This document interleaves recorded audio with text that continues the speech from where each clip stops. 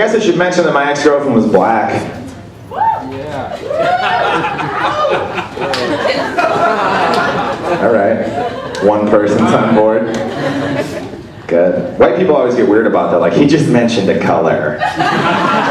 Uh-oh. Everybody tighten up their buttholes.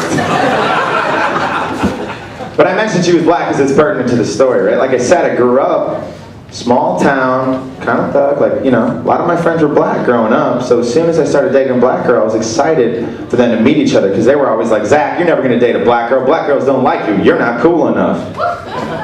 Right, so I was excited for them to meet each other. Only problem is she grew up, like she came from a lot of money, so she has like really proper speech patterns and mannerisms. So when I took them to meet each other, immediately she was like, hello, how are you guys tonight? My name is Bianca. And my black friends were like, man, she ain't black, she dark white.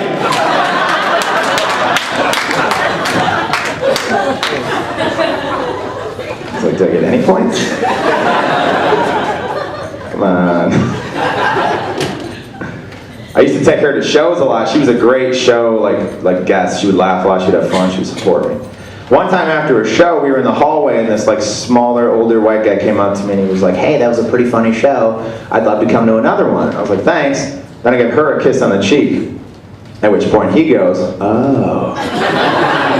I see you got a little bit of that jungle fever. Thank you most people for not laughing. That is not an okay thing to say. A fever is never a good thing. Like that would never work if my girl was any other race, right? Like if my girl was Asian, no one would ever come up to me and be like, oh, I see you got a little bit of that yellow fever. Or if my girl was Middle Eastern, no one would ever come up to me and be like, oh, I see you got a little bit of that camel fever.